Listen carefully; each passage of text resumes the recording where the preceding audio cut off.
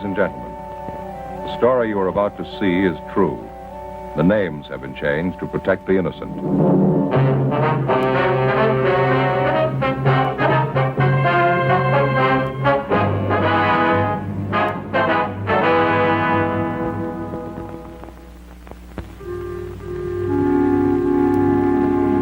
This is the city.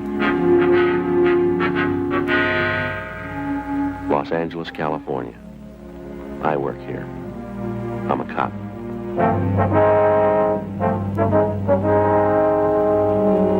It was Wednesday, June 3rd. It was hot in Los Angeles. We were working the day watch out of robbery detail. My partner's Frank Smith. The boss is Captain Didion. My name's Friday. A suspect had been apprehended. We had a positive identification from the victim. We had to investigate.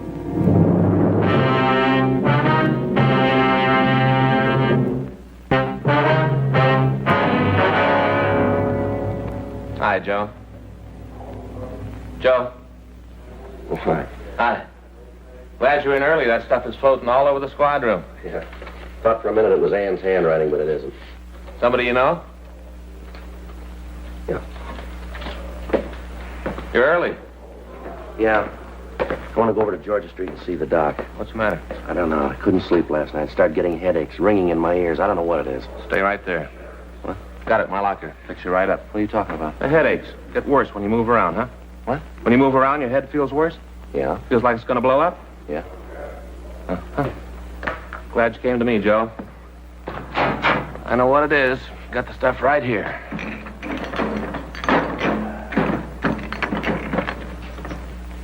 There.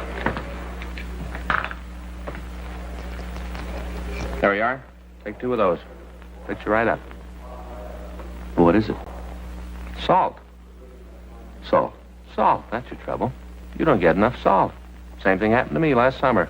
Ever since then, I keep a bottle of salt tablets right in my locker. Always ready. Take 2. Fix you right up. All right, you got a penny? What for, a cup? Yeah. That's something else, Joe. We're not going to drink that water anymore. No? Nope. Bought a whole case of this just for us. You can drink it right out of the bottle. Well, what is it? Poland water. Right from the spring. Real water. You can read right here on the bottle. Poland Spring, Maine. Fix you right up. Well, maybe I ought to wait until I see the doctor, huh? Joe, believe me, I know what's wrong. Happened to me, same thing. Salt. That's what you need. Your body's screaming for salt. There you are. Poland water and the pills. Go ahead. Well, now, look, Frank, I really appreciate it. Really, I do. But I think I ought to see the doctor, huh? Joe, don't you trust me? Well, yeah. Take the pills. Salt. Salt. Here, take them. One at a time, all right? You know better than that, Joe. Well, I just thought I'd ask. You're the doctor. One at a time. Doesn't make any difference with pills, Joe. Doesn't it? Lots of water. Now, that wasn't bad, was it? No, that's good water. Now, if the headaches don't go away, we can drop by Georgia Street and see the doc. Well, let me have that bottle, Joe. Cap it up. Keep it fresh for us. Wait a minute. Yeah? Want those?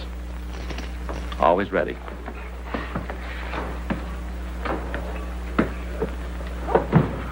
Anything doing?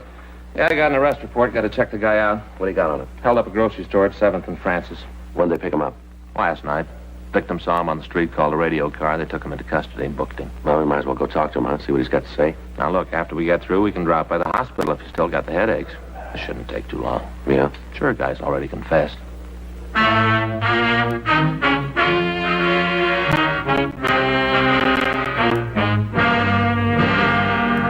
We ran the name of the suspect, Thomas Stanford, through R&I, but we found no previous criminal record for anyone of his description. 8:20 a.m. We drove over to the main jail. We went up to the second floor and signed in. Stanford was brought from his cell, and Frank and I took him to one of the interview rooms. We gave him a cigarette, and he started to talk. Yeah, I did the robbery a week ago yesterday. Mm-hmm. A few things we'd like to check here on the arrest report. Sure. I'll get this over with. Told you how I did it. Nothing special. Mm-hmm. Just held up the store. Your full name is Thomas Arthur Stanford, is that right? Yeah, Thomas Arthur. My friends call me Tom. Yeah. Your home address is 1824 1/4 South Mariposa Avenue? Yeah, I live with my father. 1824 and 4th South Mariposa Avenue, LA 7. What's your father's name? Arthur. Same as my middle name. I was named after him. You employed? Not regular. What do you mean? Well, I don't have a regular job like in a factory or in a store. You see, I'm a gardener and I work for different people. Can you give us a list of the people you work for? Sure, if you gotta have them. Just routine. Oh, yeah. I'll give them to you. You want to tell us how you committed the robbery? Yeah, I'll tell you. Isn't much to tell, though. Pretty simple. I went in and held the place up. Took the money. That's about all there is to it. Were you armed when you went into that grocery store? Yeah, I had a gun. What kind of a gun? .32 automatic.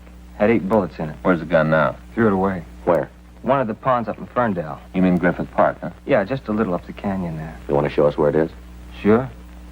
All right. Now start right at the beginning. Tell us all about the robbery, exactly what you did. Why do you have to know all that? I told you I did it. We got to have it for the record. It's just routine. You guys do a lot of things just routine, don't you? Yeah, that's right. Quite a bit. Was there anybody in the store when you went in? Just the woman that owned the place. I guess she owned it. The way she carried on, you thought it was her own money I was taking. Yeah. I took out the gun and told her it was a stick-up.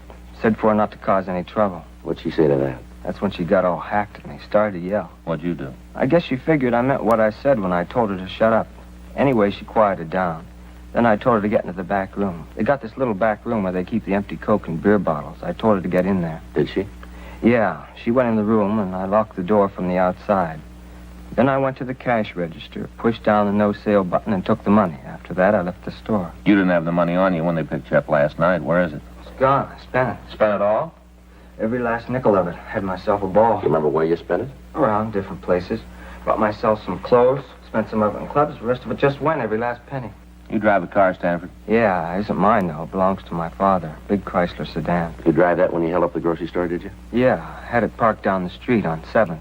You remember the time you went in the store? Just after 12 noon. What were you doing in the neighborhood last night? You mean when they picked me up? That's right. Just looking around. Ever been arrested before? No, never been mixed up with the cops. You ever been in a hospital, mental institution? Why do you ask a question like that for? Routine. Oh. Well, I was in the hospital when I was a kid. I had my tonsils taken out. Don't remember it too well, though. Long time ago. How old are you, Stanford? 25. All these questions you're asking me.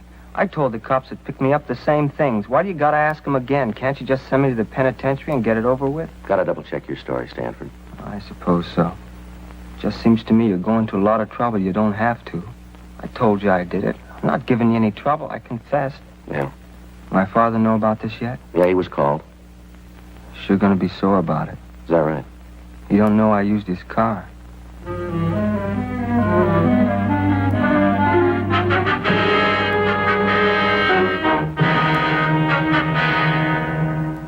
"9:15 a.m. We checked the suspect out of the main jail and we took him over to the store that had been robbed.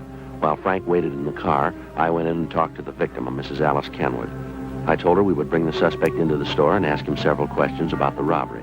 During that time, we wanted her to observe the suspect so that she could give us a positive identification. She agreed and said that she would do anything she could to help us in the investigation. Miss Kenwood, this is my partner, Frank Smith. How you do, man? What are you bringing me here for? What are you trying to prove? I'd like to have you explain a few things for us. I told you all I could. I said I did the robbery. Isn't that enough? Just a couple of things we'd like to clear up here. What things? I told you how I did it. She'll tell you. That's the woman I held up. She'll tell you it was me. She should know. She's the one who turned me in. How about it, Miss Kenwood? He's the one, all right. I'd know him any place. Isn't that enough? What more do you want? I'd like to have you show us how you came into the store, what you did while you were in here. You mean the whole thing? Yeah, from the time you came in the door. All right, if you take these handcuffs off, I'll show You you. can show us with them on. Okay, if it's got to be that way, but it's going to make it tougher. Go ahead. Well, I came in that door there, and I walked over to this counter. She was standing behind You it. mean Miss Kenwood here? Yes, sir. She was standing behind that counter. I walked over to her, showed her the gun, told her it was a stick-up, that I wanted the money. That's right. He pointed the gun at me. Thought he was going to shoot. Go ahead, Stanford. Well, she started to yell. Told me to get out of the store. Certainly I yelled at him. Think I want anybody coming in here waving a gun around? If my husband was here, he'd show you good. See what I mean? Never saw a woman that can yell so much. Go ahead, Stanford. What'd you do then? When I told her if she didn't keep quiet, I'd have to shoot her. Then I told her to get in the back room. Now, just hold on a minute. He's not only a thief, he's a liar, too. Ma'am? It's not what he did at all. What do you mean, Mrs. Kenwood? He didn't tell me to get into the back room. There ain't any back room. How about that, Stanford? You gonna listen to her? I'm the one who did the robbery, not her. I guess I ought to know what I did. What's this back here, Miss Kenwood? It's a space where I keep empty bottles. It goes right out onto the alley.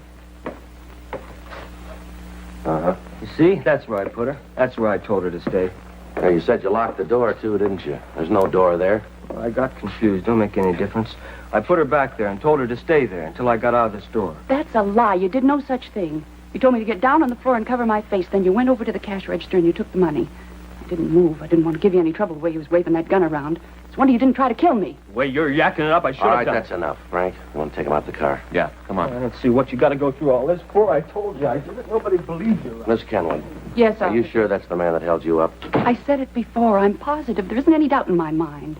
Now, you heard what he said, how he said he robbed you. Is that the way it happened? Well, everything was the same, except where he said that he put me in back there. That wasn't true. He made me lie down on the floor right there. Told me to stay still for 5 minutes, not to move. He said that if I caused any trouble, he'd come back and shoot me. Yes, ma'am. I think he's crazy. Anybody who'd have a gun and wave it around like that, it's terrible. Wish my husband was here. He'd show that snip. He's in the army, you know, my husband. Mm-hmm. Awful thing, him overseas getting shot at and young punks like that roaming around the streets with guns, threatening people. It's a terrible thing. Now, this is pretty important, ma'am. You're sure that's the man who held you up? How many times do I have to say it? I told you it was. He admits it himself. What more do you need? I don't know, ma'am. There's just something that isn't right about the whole thing. Doesn't make any difference. He's the man. There's no mistake about it. You just let me know when you want me in court. I'll be there. I want to see him get what's coming to him, every bit of it. Yes, ma'am, so do we, if he's the right man.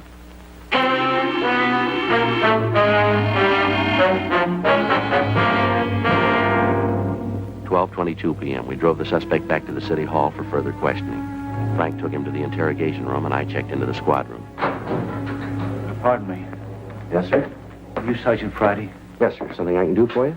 I'm Arthur Stanford, Tom's father. Oh, yes, sir. I understand my son's here, that right? Yes, sir, he's here. I wonder if I could see him, talk to him. Yes, sir, he's right down the hall here.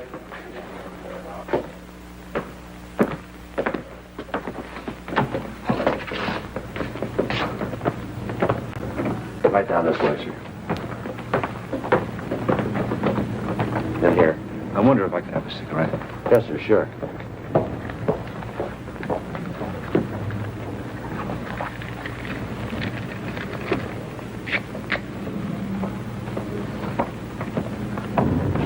Thank you, Harry. I don't know what I'm going to say to him when I see him. Wish I had some time to think. Well, you don't have to go in now if you don't want to, sir. Wouldn't do any good to put it off. Won't get any easier with time. I might as well get it over with. All right, sir.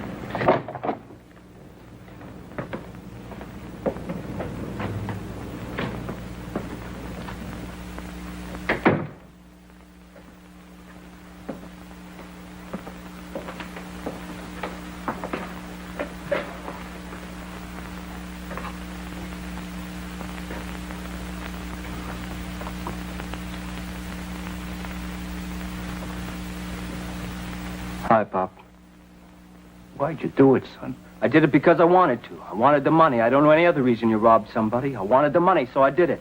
You could have come to me. I'd have tried to get the money for you. You know I'd have tried. Where'd you get it? Where'd you get that kind of money? All your life, you've been grubbing for pennies. I don't want small money. I want to be rich, and I will be. All right, take it easy, Stanford. It's all right, Mr. Friday.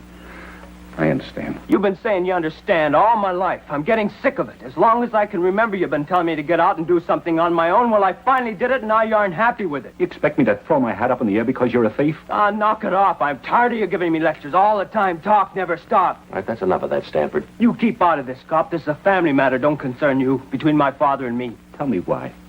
That's all I want. Why? Tell me so I can face the neighbors. So I can tell them you had a reason. Tell him your son's a bum. They know that already, but that's not a reason to steal. It's good enough for me. They're not going to listen to you anyway. They've already made up their minds about me. They did that a long time ago. All right, come on, Stanford, let's go. Back to jail? That's right. Sure. Nothing else left to do here. You don't understand, never did. Let's go. One thing I'd like to ask first. What's that? Gonna be in jail a long time. I have to live while you're gone. That's your worry. It always has been. I want to know what you did with those gardening tools. I'll have to have them to get along. I don't know. I left them someplace. You remember where?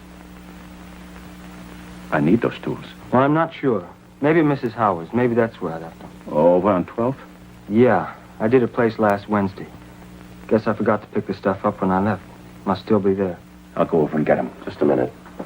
You said you did some gardening work for this Mrs. Howard last Wednesday. That'd be a week ago yesterday, is that right? That's what I said. Any idea what time you were there? Most of the day. Got there about 10 in the morning, left about 4 in the afternoon. I was in a hurry to get away. That's why I forgot the tools, I guess. You leave the place at all during the day? No, not until I finished. What are you trying to prove with all these questions? About the robbery, Stanford. Yeah. If you were at the Howard woman's house, how could you have held up that grocery store? Well, it don't make no difference. I don't have to explain it to you. You're wrong there, Stanford. Is that right? Too many things don't add up here. The way you confessed, the differences in your story about the robbery. Now, this thing about you being at the Howard house. I don't know why you're lying about this, Stanford. Yeah? But we're going to find out.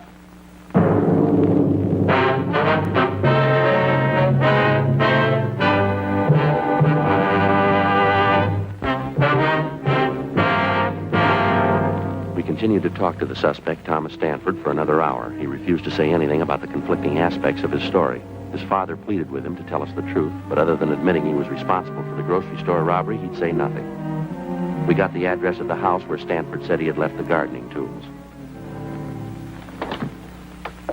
Yes, Miss Howard? that's right. Did you want something? Police officers, ma'am. We'd like to talk to you. Police? What do you want to see me for? About a man who did some work for you, Thomas Stanford. Oh, yes. Come in, won't you? Thank you. Thank you, ma'am. This is my partner, Frank Smith, Miss Howard. My name's Friday. How do you do? ma'am? Just sit down there. I'm having a late lunch. Can I get you anything? No, thank you, ma'am. You sure you wouldn't like a glass of iced tea? Something like that? No, ma'am. Thanks very much. Do you mind if I go on with my lunch while we talk? I've been eating later since this daylight saving time came in. I just can't get it straight yet. I never could get it straight in time my dude's over. Yes, ma'am. Now, about this man, Stanford. Oh, Tom. Oh, yes, he's a good gardener. Oh, he does such a good job on the place. You should walk around the grounds. Oh, he does a beautiful job. Yes, ma'am. Could you tell us when he was here last? Well, I'll have to think about that. Now, let's see. It was a week ago yesterday. That's right. Last Wednesday. He comes once a week. He should have been here yesterday. I phoned his house when he didn't show up, but there was no answer. Probably forgot. He's very forgetful, you know. That right? Oh, yes. Take the last time he was here. He forgot all of his tools. He walked right off. He left them on the lawn. Had to take them all back to the garage. Right, left them right out in front of the place. Mm-hmm. I don't know that I should say it, though. What's that, Miss Howard? Well, frankly, I've never felt that Tom was real bright. He seemed a little backward. How do you mean backward? Well, when it came to thinking out things for himself, he just couldn't handle it. If you told him to do something, he'd do it. And he'd never vary from the way you told him to do it. Yes, ma'am. But ask him to figure something out, and he was just dead.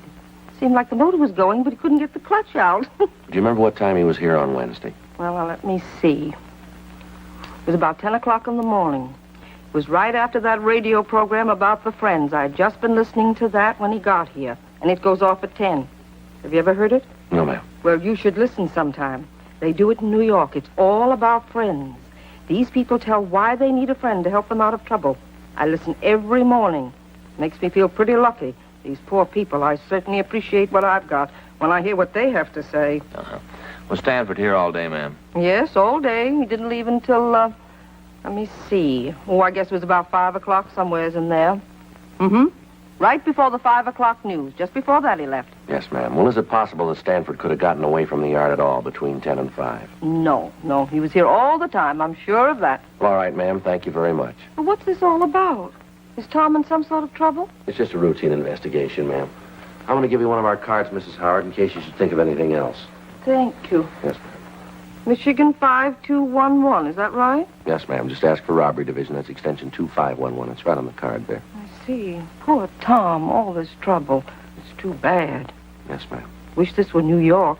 Ma'am? Well, if it were New York, we could do something for him. Well, how's that? That program about the Friends. Yeah. Tom could sure use one.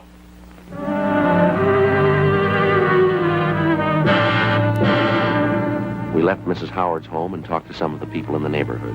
They told us that the Howards were respected people in the community, and some of them verified the fact that Stanford had worked for her almost 2 years.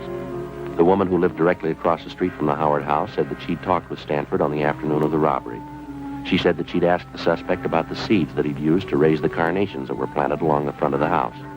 She went on to say that she'd been working in the front yard of her own house all afternoon, and that she'd seen the suspect throughout that time. We drove back to the grocery store and talked with the victim, Mrs. Kenwood. Under questioning, she admitted that she could have made a mistake about the identification, but she said that if she was wrong, the thief could act as a double for Tom Stanford. 10:30 p.m. We drove back to the main jail to talk to the suspect. We took him to the interview room. He was sullen and refused to answer our questions. Stanford, Yeah? I'd like to have you tell us the truth this time. I told you. It isn't my fault if you don't believe me. It isn't my fault. Now, look, Stanford, we talked with Mrs. Howard. She told us that you were working for her all day a week ago Wednesday. So? What's that prove? You admit that's true, then, huh? Sure, it's true. I was working for her. Well, then how could you have gotten to the grocery store and held it up? Stanford? I did it. I haven't got anything more to say. I did the robbery. You read much, Stanford? Yeah, sometimes. What kind of books do you like? Detective stories. Cops and robbers. You played cops and robbers when you were a kid? Sure. Who were you? The robber. Did you pick up tonight's papers? Yeah, I got it. Anything in them about me? I didn't see anything. Must have been something. Some story about me with my name. Well, if it was, I didn't see it. Well, maybe it didn't look good. Maybe. There's got to be something. A picture or something. No. Well, let me look.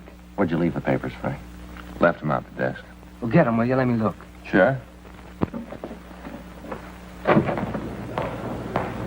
Pretty important to you that you're in the papers, isn't it? I just want to see him, that's all. Well, my partner will bring him back.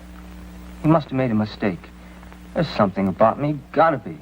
Isn't every day there's a robbery like this? Papers write it up big, wouldn't they? I don't know. Sure they would. There was a story when the place was robbed. Told all about how it was done. Just a little story. But now you've got me, seems like they should have a picture. Here it is. Let's see. Nothing on the first page. The robbery happened a week ago. It's old news. Yeah, but you guys just caught me last night. Nothing there.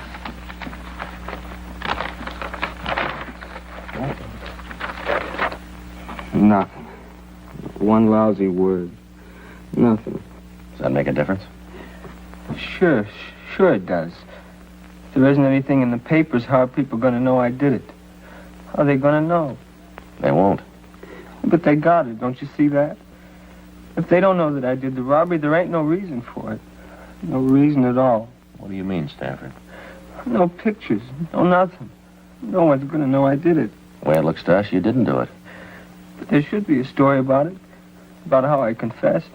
Maybe not a picture, but at least a story. Something. You didn't do it, did you? Stanford? Come on, you didn't hold up that store, did you? No. No, I didn't. I thought that I could get away with it. I thought that if I confessed, he'd put me in jail. People would look at me different. Yeah. I get tired of people saying you're dumb. They don't think you know. They don't think you know. Yeah. Dumb Tom. Poor dumb Tom. They think I'm slow. It just takes me a little while longer, that's all. Just once, I wanted to show them. You ready to go? Back to the jail? That's right. Okay. Think we could stop on the way over? What for? Other papers. Might be something in them.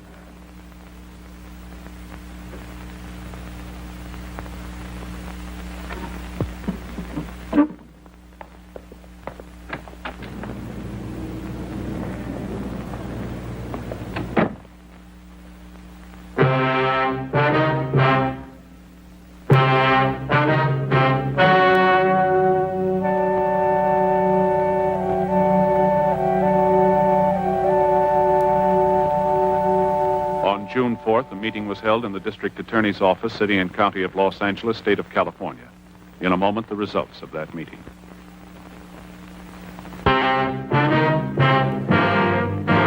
The suspect was examined by 4 psychiatrists appointed by the court and found to be mentally incompetent.